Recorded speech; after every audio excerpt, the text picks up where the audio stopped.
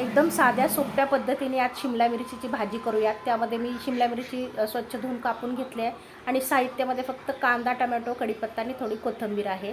आणि तेल गरम झालं की राईची आणि कढीपत्त्याची फोडणी देऊन कांदा लाल करून घ्यायचा। त्याच्यानंतर टोमॅटो ॲड करायचा। त्यामध्ये कापलेली भाजी शिमला मिरची ॲड करून घ्यायची आणि त्यावरच हळद आणि मीठ लगेच त्यात टाकून असं परतून घ्यायचं। आणि आपण धुवून घेतलेली मूग डाळ देखील त्यात ॲड केलेली आहे, मी ती स्किप झाली आहे।